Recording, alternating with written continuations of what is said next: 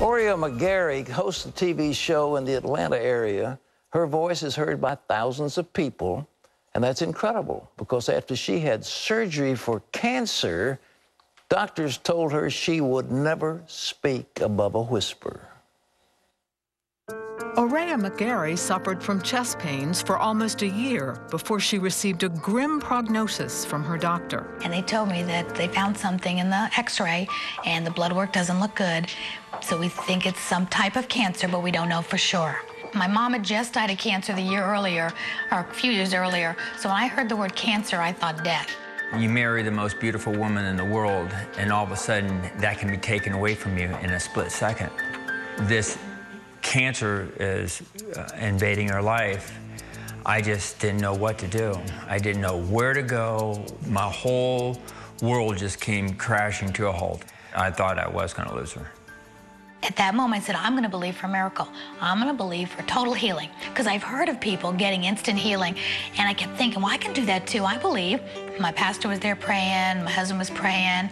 We had called 700 Club to pray. And it's amazing, as soon as I called the 700 Club, I felt just so much peace.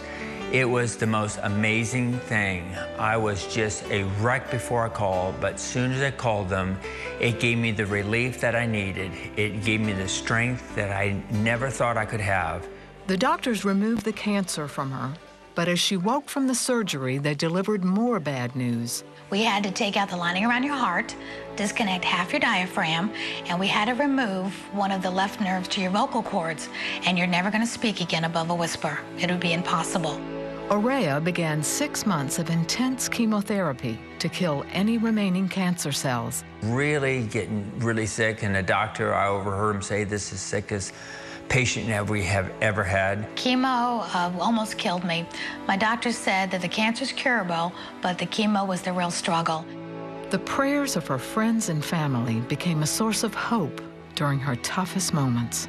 When I was lying on the floor in the bathroom, just wrapped around the toilet bowl, he'd be on the phone. I could hear him agreeing in prayer on the phone with the 700 Club. And he didn't stop picking up that phone and praying all days, hours of the 6 months that I was in chemo, along with all of our friends and family and pastors. That meant a lot to us. And you know what? When you're sick, you really do feel the prayers. I felt a real warmth and that peace that passes all understanding. I knew I was going to be okay. Doctors finally said Aurea's cancer was gone, but unfortunately, so was her voice. But I kept praying, kept staying and pray that her voice would be restored. I says, I don't know how long it's going to take, but it'll be restored. God spoke to me and says, she is going to be fine. And I couldn't speak for almost a year. I was really, really bad, very faint. Couldn't even make a phone call because people would hang up on me thinking it was an obscene phone call. But about a year or so later, my voice starts coming back.